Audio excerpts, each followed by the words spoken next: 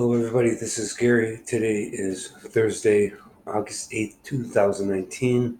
It's 3:57 p.m. Eastern Standard Time in the United States. And this is my Coping with Schizophrenia vlog entry for today. Um, I wanted to make a comment about the recent shootings over this past weekend. Today is Thursday, so this happened, I believe, Saturday and Sunday of last week. There were two mass shootings. One of them was apparently a left wing extremist, and I'm not sure about the other one. I get a lot of confusing reports from different news outlets. They emphasize, well, he was a right wing extremist who shot people up, he was a left wing extremist. But either way, the extremism is not all that surprising. First of all, I want to point out, as a mentally ill person, I don't go around shooting people. I've been taking psychiatric medications for 40 years at least, and I don't shoot anybody. The vast majority of mentally ill people don't get so extreme in their politics or their religious views or their social views that they become violent. And I'm certainly not a violent person. Having said that, extremism and mental illness in certain cases, when mixed together, can be a big disaster. And the United States was founded on people compromising with each other to reach common goals.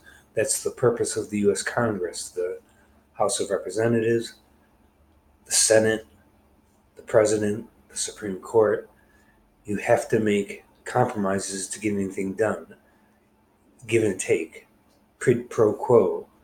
Um, but the extremists of the far left, especially the far left, the violent far left, like Antifa or Antifa, however it's pronounced, and the black bloc violent techniques they use, and the far right is often violent too, not quite as much, I don't think, as the far left.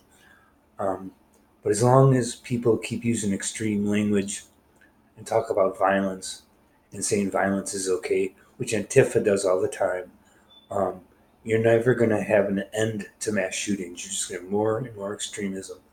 If America doesn't return to talking to each other, all political sides, or religious or social political groups, if they can't get together and reach common goals and compromise on certain things, these mass shootings are just going to continue. They're going to get worse.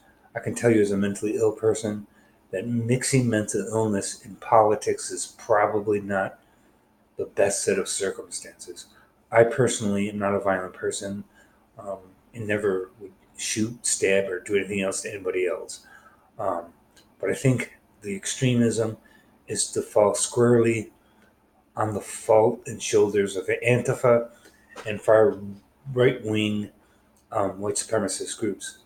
Um, and unless people are willing to come together, different races, different religions, different political parties, different ideologies, if they can't get together and compromise and pass laws and pass bills, either in the local government or the federal government of the United States, if they don't return to debate and talking to each other and compromising ultimately, then you're just going to see the extremism continue.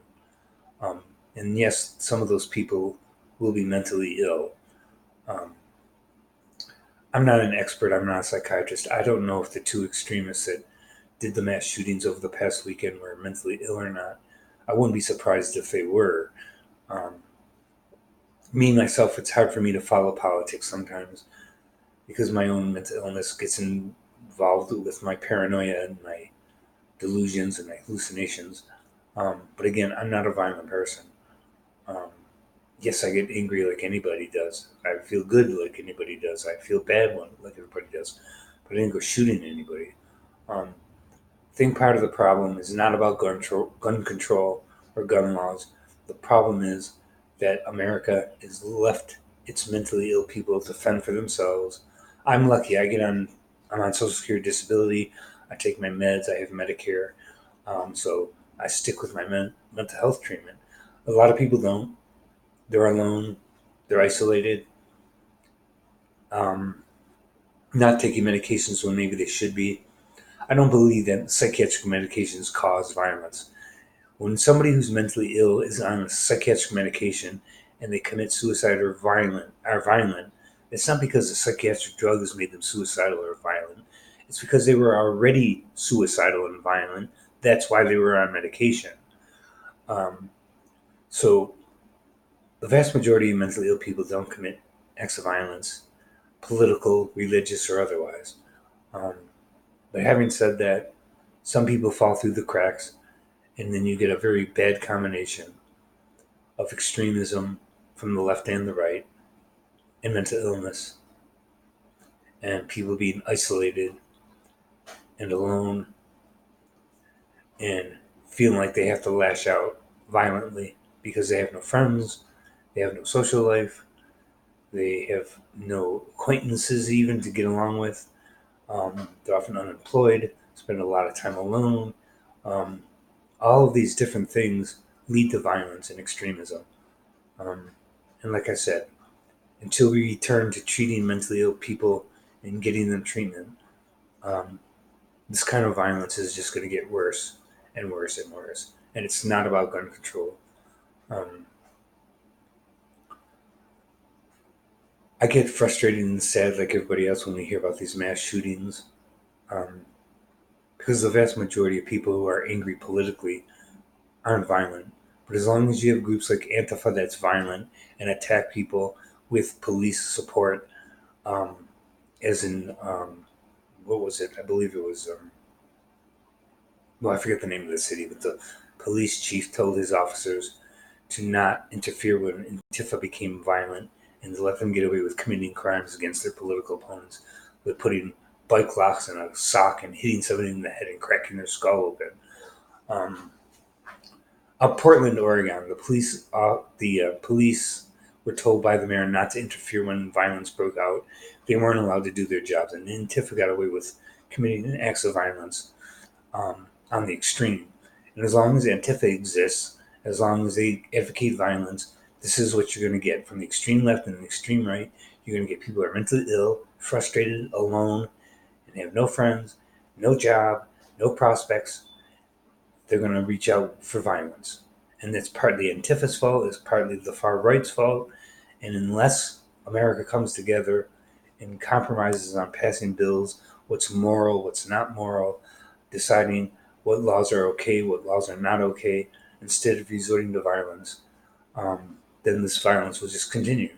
As long as there's extremists and extremism is taking over the political debate, the far left is trying to control the Democratic Party, the far right is trying to control the Republican Party, and if both of those parties become more extreme, they'll never get anything done, and violence will increase.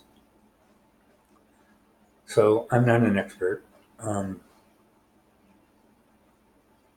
but as long as we allow mentally ill people to slip through the cracks, as long as we're not willing to force them to take medications when they should by court order, as long as we're not willing to have proper amounts of mental hospitals for inpatient treatment, as long as we don't force mentally ill people to take their medications, then violence and suicide is just going to increase.